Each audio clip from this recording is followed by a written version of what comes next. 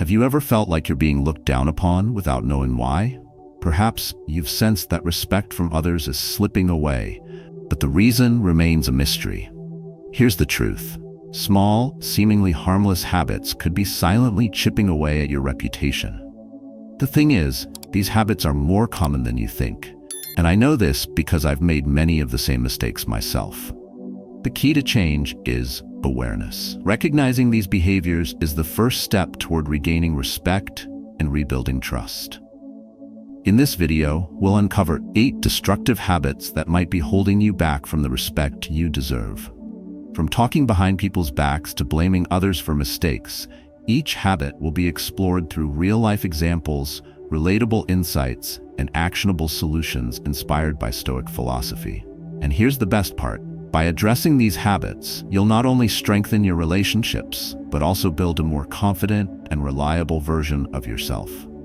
So stick around because in the next few minutes, you'll discover practical steps to overcome these behaviors and transform your interactions. As we go through each point, feel free to share your experiences or the strategies that have worked for you in the comments. Your insights could make a difference for someone else watching this video. Let's create a space where we learn and grow together. Ready? Let's dive in. 1. Talking behind people's backs. Let's talk about something harmless, but carries immense weight. Talking behind someone's back. Gossip often starts innocently, a shared frustration or a casual remark. But what begins as small talk can quickly become far more damaging. When you speak about others in their absence, especially with negativity, you may feel a fleeting sense of belonging or relevance. Yet the cost is far greater than you realize. The truth is, people are always watching. When you gossip about someone, those listening are left wondering, what does this person say about me when I'm not around? Trust, which takes years to build, can be shattered in minutes. The person you're speaking to may laugh or nod in agreement, but deep down they begin to question your integrity. You might see gossip as harmless bonding, but in reality, it erodes respect, isolates you from meaningful relationships, and weakens your reputation. Stoic philosophy reminds us to guard our words and intentions. Marcus Aurelius said, "Waste no more time arguing about what a good man should be. Be one." When you resist the urge to gossip, you elevate yourself and those around you. The Stoics believed in focusing on what is within our control, our thoughts, actions, and speech. Gossip, which thrives on judgment and negativity, takes us further from inner peace and self-respect. I remember a colleague at a previous job who had a habit of gossiping about everyone in the office. At first, people indulged him, curious about the latest drama. But over time, his words began to backfire. No one wanted to confide in him, and he became isolated, even though he didn't seem to notice. One day, he commented on a team member during a meeting, thinking it was harmless. But that person overheard, and the tension it created was undeniable. It wasn't just about one careless remark, it was a pattern. People began avoiding him, and his credibility diminished. The lesson for us is not about judging others who gossip, but about choosing a wiser path for ourselves. When you find yourself in a situation where gossip is swirling, pause and ask yourself, what am I adding to this conversation? If the answer is negativity, shift the topic. For example, if someone is criticizing a colleague, steer the conversation toward their strengths or change the subject entirely. Not only does this diffuse the negativity, but it also sets a precedent for others to follow. If you're confronted with gossip directly, someone talking about you, approach the situation with composure. Instead of retaliating or spreading counter-gossip, address the issue calmly if needed, or let it go. Remember, your reaction is within your control. When you choose silence or wisdom over retaliation, you rise above the situation and reflect the kind of person others can trust. In moments when the temptation to gossip arises, think of the ripple effect. Every word we speak has the power to build or destroy. By choosing silence, empathy, or redirection, we protect not only our relationships but also our inner peace. This is how respect is earned, through restraint, through character, and through the courage to rise above fleeting impulses. 2. Always being late. Time is one of the most valuable gifts we can offer others. When you arrive late, you send an unspoken message. My time is more important than yours. It's not always intentional, of course, Perhaps you underestimated traffic, took too long getting ready, or just got caught up in the chaos of the day. But from the perspective of others, your lateness feels like a lack of respect, a subtle theft of the minutes and moments they'll never get back. Imagine it like this. A chronically late person is like a clock that's always off. No matter how beautiful or intricate the design is, it's hard to rely on something so unpredictable. In professional settings, being late chips away at your reputation, labeling you as unreliable. In personal relationships, it creates frustration, often leaving others questioning how much you truly value their time. Stoicism teaches us the importance of valuing what we can control, and our use of time is one of the most powerful things within our grasp. Marcus Aurelius reminds us, you could leave life right now. Let that determine what you do and say and think. Time is fleeting, and how we manage it reflects how deeply we respect others and ourselves. I'm reminded of a time when a group of friends and I planned a night out to watch a movie. One friend, whose house was closest to the theater, consistently showed up late. Every time we'd stand outside, watching the clock, frustrated as the previews turned into the opening scenes. When he finally arrived, we'd shuffle in, annoyed and distracted. This didn't happen just once, but over and over again. Eventually, we stopped inviting him to join. It wasn't out of anger, but because his lateness disrupted the experience for everyone else. Over time, that trust in his commitment was eroded. If you've ever been in a situation like this, you know how challenging it can be. But there's a way forward. Start by shifting your perspective. Being on time isn't just about logistics, it's a reflection of your integrity and respect. If you struggle with punctuality, try setting alarms or planning backward from the time you need to leave. Build in buffers to account for unexpected delays, like traffic or last-minute tasks. And when you're tempted to let those extra few minutes slide, ask yourself, how would I feel if someone kept me waiting? It's a humbling question and often enough to realign your priorities. If you do find yourself running late despite your best efforts, own it. Apologize sincerely, without excuses. Accountability goes a long way in mending any frustration you might have caused. Lateness is a habit, but so is punctuality. Each time you show up on time, you rebuild trust and demonstrate reliability. You prove to others and yourself that their time matters as much as yours. By valuing time, you honor not just those around you, but the fleeting and precious nature of life itself. 3. Blaming others for your mistakes. There's something undeniably human about wanting to deflect responsibility when things go wrong. It's an instinct rooted in fear. Fear of punishment, fear of judgment, fear of failure. But shifting blame doesn't shield you, it exposes you. When you point fingers, you reveal your unwillingness to confront your flaws. It's like a child caught in the act, scrambling for excuses, hoping someone else will take the fall. While this might provide temporary relief, the long-term cost is much greater. Lost trust, damaged relationships, and stunted personal growth. When you avoid owning your mistakes, you rob yourself of the chance to learn. Growth comes from acknowledging what went wrong and finding ways to do better next time. Without accountability, those lessons slip away, leaving you stuck in a cycle of repeated errors. Others see this too. They start to doubt your reliability and integrity. Over time, people distance themselves because trust becomes impossible without responsibility. Stoicism reminds us that our actions and how we respond to them are within our control. Epictetus famously said, "A man can't learn what he thinks he already knows." This speaks to the heart of accountability. When we admit our mistakes, we open ourselves to wisdom and growth. Blame, on the other hand, keeps us blind and stagnant. I remember a situation at work where this truth played out vividly. One of our office printers broke down during a busy week. It wasn't a minor malfunction. It was clear someone had mishandled it. A colleague of mine, who'd been using the printer earlier, immediately denied any involvement. Instead, they subtly suggested it might have been the fault of another employee who used it afterward. The tension was palpable. The second colleague, blindsided by the accusation, defended themselves. Meanwhile, those of us watching couldn't help but question the credibility of the person trying to dodge responsibility. The truth came out eventually. Maintenance reports confirmed that the printer had been mishandled before the second colleague ever approached it. The blame shifter's reputation suffered greatly. not because of the broken printer, but because they tried to escape accountability. It wasn't the mistake that harmed them, it was the failure to own it. If you've ever been tempted to shift blame, it's important to pause and reflect. Mistakes are inevitable, but how we handle them defines who we are. The next time something goes wrong, take a deep breath and ask yourself, what could I have done differently?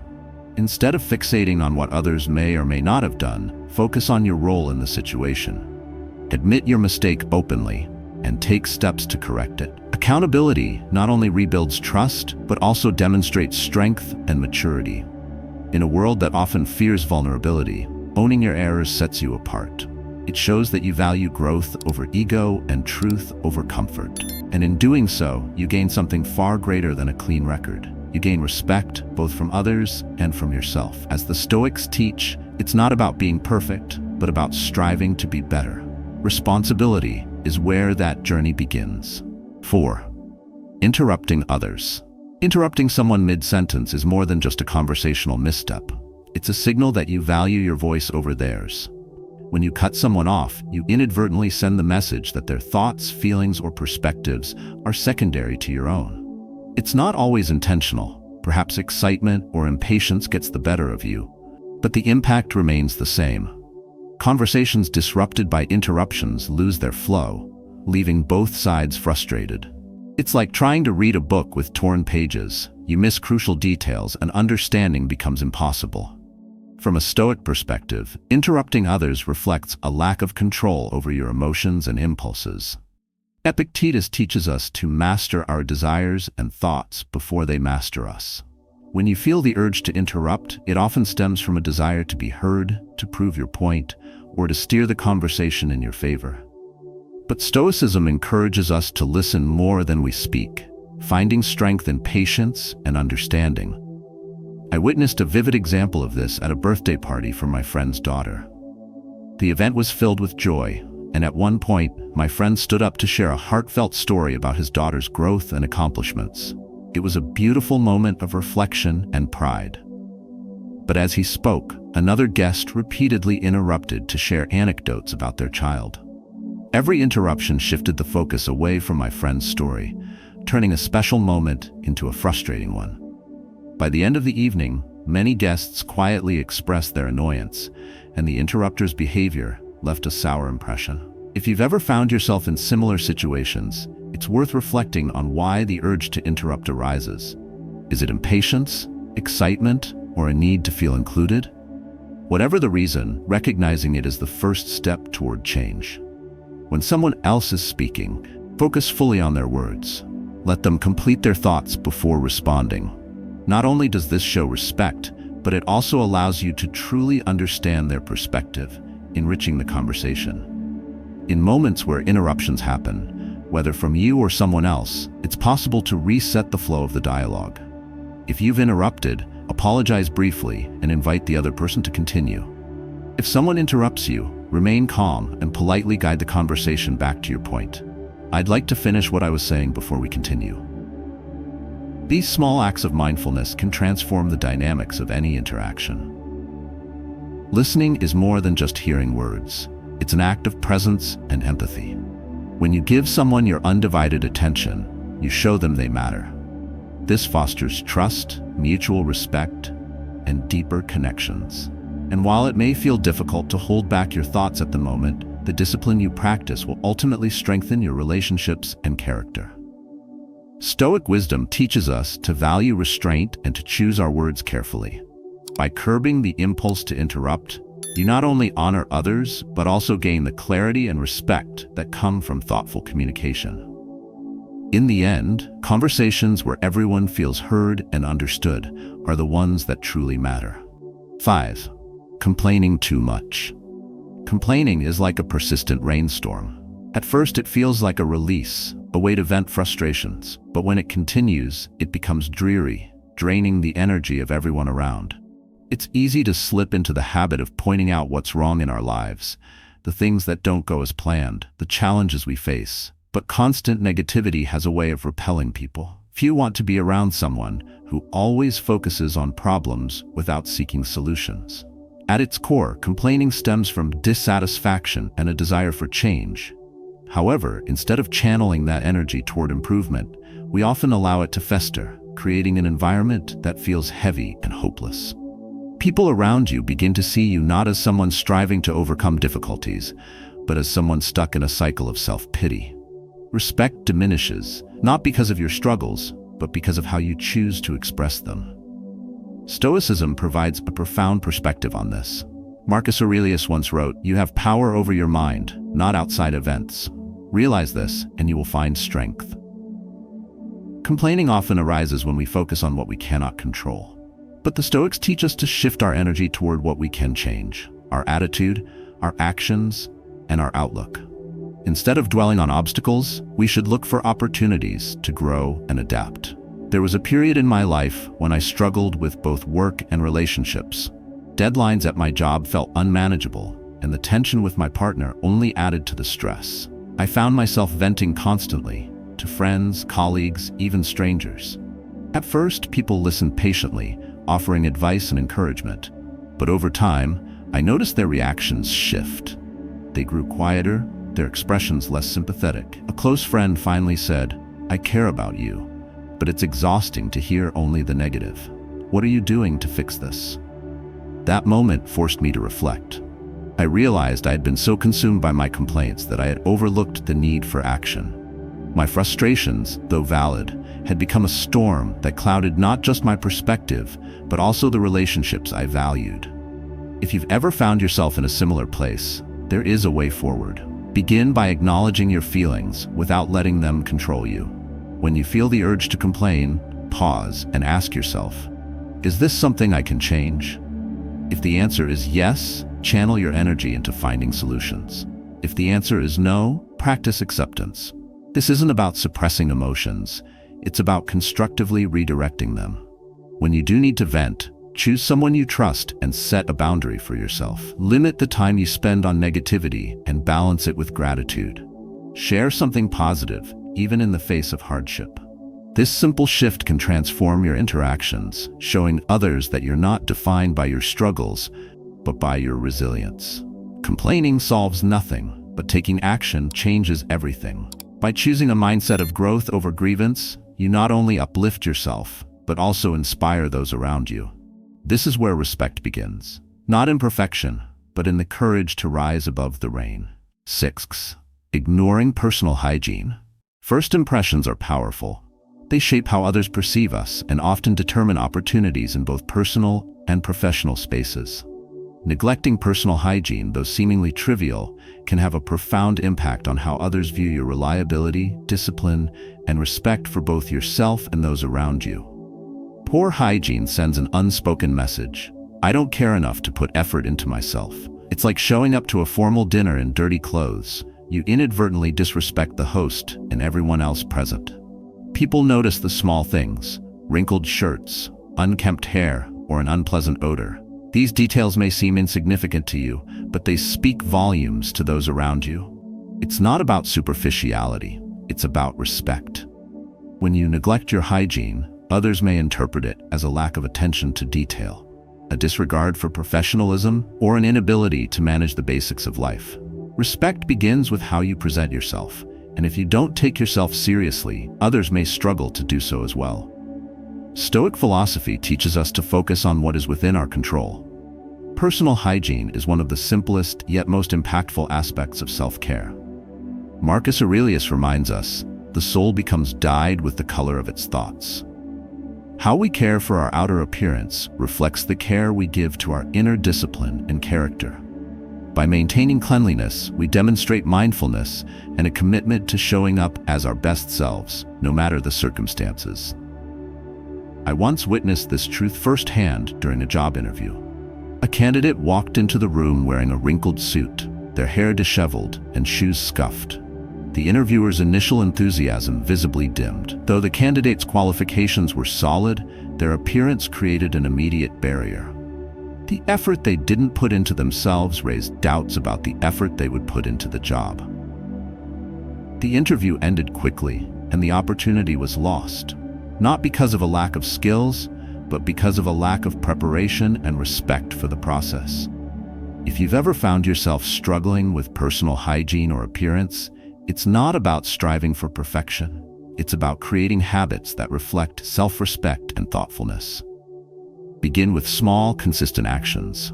Lay out your clothes the night before, set reminders for grooming, and take a moment each morning to assess how you're presenting yourself to the world. These seemingly minor steps create a foundation of confidence and readiness for any situation. When you start viewing hygiene as a form of discipline rather than a chore, it transforms into an empowering routine. It's a way of saying to yourself and others, I care enough to show up fully prepared. And when you do, you'll notice the difference, not just in how others respond to you, but in how you feel about yourself. Stoicism teaches us that mastery begins with the basics.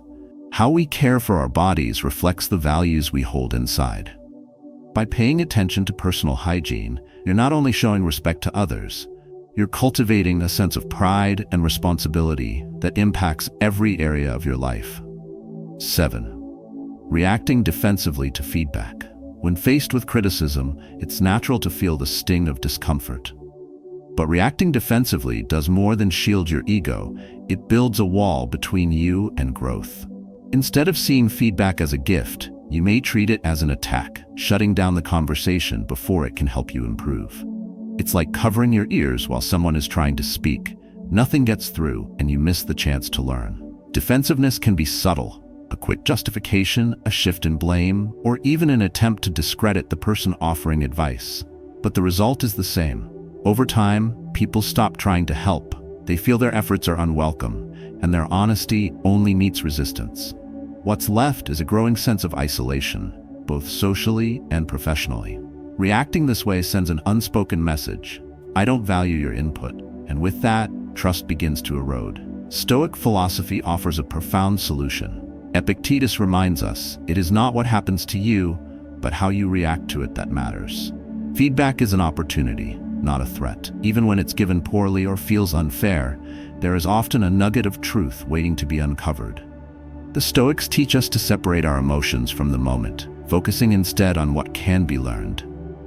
This shift in mindset transforms feedback from something to be feared into a tool for self-mastery. I remember a time when I offered heartfelt advice to a friend struggling in their career. They were stuck in patterns that held them back, and I wanted to help. But instead of listening, they reacted defensively, accusing me of jealousy. Their reaction hurt, not because I sought gratitude, but because it created a barrier to our connection. What could have been a moment of growth turned into one of frustration and misunderstanding. If you've ever found yourself reacting defensively, pause and reflect. Defensiveness often stems from fear of inadequacy, failure, or judgment. The first step is to recognize this feeling without letting it control you. When someone offers feedback, focus on their words, not your emotions. Ask yourself, is there truth in what they're saying? How can I use this to improve? Even if their tone or intent isn't perfect, there's often value to be gained. If you're on the receiving end of defensive reactions, approach the situation with patience. Avoid criticism that feels like an attack, and instead, frame your feedback constructively. For example, instead of saying, "You always mess this up," try, "I've noticed this could be done differently for better results." A thoughtful approach can open the door to better conversations and stronger relationships. True growth begins when we set aside our pride and embrace feedback as a tool for transformation. It's not about being perfect, it's about being willing to learn. The Stoics understood that mastery comes from humility, the courage to accept our flaws and the determination to refine them. By replacing defensiveness with openness, you not only grow as a person, but also foster deeper trust and respect with those around you. In the end, the strength to listen is what sets you apart. 8. Acting like a victim. Blaming others or circumstances for your struggles might seem like an easy escape, but it's a dangerous trap. Playing the victim tells the world that you've surrendered control over your life. It's as if you're constantly searching for reasons to justify your failures instead of owning your role in the outcome. While this mindset may feel comforting at the moment, it keeps you stuck, preventing growth and pushing people away. When you focus on blaming external factors, you overlook opportunities to solve problems. The energy you expend lamenting your circumstances could be directed toward finding solutions. Those around you see this pattern too. Instead of respecting your struggles, they begin to view you as someone unwilling to take responsibility. Over time, this erodes trust and makes collaboration or meaningful connections difficult. Stoicism offers a profound counter to this mindset. Marcus Aurelius wrote, "You have power over your mind, not outside events. Realize this, and you will find strength." The Stoics teach us that while we can't control everything that happens, we can always choose how to respond. By shifting focus from external blame to internal action, we reclaim our agency and demonstrate resilience. I once knew someone who seemed perpetually trapped in a cycle of victimhood. Every conversation with them revolved around injustices they believed they faced: difficult bosses, unfair colleagues, unkind friends. But no matter how much sympathy they received, nothing ever changed. When offered advice or solutions, they dismissed it, preferring to dwell on their grievances. Gradually, people stopped engaging with them. It wasn't their hardships that pushed others away, but their refusal to take even small steps toward improvement. The constant seeking of pity made collaboration and friendship feel exhausting. If you've ever felt yourself slipping into this mindset, there's a way out. Start by asking yourself one crucial question: what can I do to improve this situation? This shifts the focus from what's beyond your control to what's within it. Take a small step, any step, toward resolving the issue. Even a minor action can reignite your sense of empowerment. When listening to someone who appears trapped in victimhood, approach with empathy but maintain boundaries. Offer practical advice without indulging in endless complaints. For example, if a colleague complains about their workload, suggest strategies for prioritizing tasks or managing time better. By encouraging action, you help them break free from the cycle without getting pulled into it yourself. The Stoics believe that accountability is the cornerstone of inner peace. By accepting responsibility for your life, you not only grow stronger, but also inspire respect in others. This doesn't mean ignoring challenges or pretending everything is fine. It means choosing action over apathy and progress over pity. Life is full of challenges, but you decide whether they define you. By stepping out of the victim role, you take control of your narrative. This is where true strength lies, not in avoiding hardship, but in facing it with courage, determination, and a commitment to grow. The respect you gain from others and yourself is a reflection of that effort. As we come to the end of this journey, let's take a moment to reflect on the lessons we've uncovered. Each habit we've explored, whether it's gossiping, shifting blame, interrupting, or playing the victim, represents an opportunity for growth. These habits may seem small, but they silently erode the respect we earn from others and diminish the trust we build in our relationships. By addressing them, you're not only transforming how others see you, but also shaping the person you strive to become. Stoic philosophy reminds us that change begins within. It teaches us to focus on what we can control: our actions, our mindset, and the way we treat others. The road to self-improvement isn't about perfection, but about consistent effort.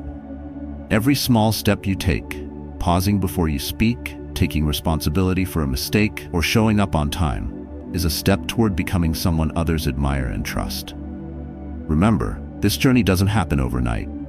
Like any skill, cultivating respect through better habits requires practice. Start today. Choose one habit to work on and commit to improving it. Observe how it transforms your interactions and builds your confidence. Growth, after all, is a process of daily refinement. I encourage you to share your experiences in the comments below. What habits have you struggled with, and how have you worked to overcome them? Your stories could inspire someone else on their journey to becoming better. Together, we can create a community where we learn from one another and grow stronger every day. As you move forward, carry this truth with you. Respect is not given freely. It's earned through integrity, mindfulness, and action. Practice these lessons, and you'll not only gain the respect of others, but also the most important respect of all: your own.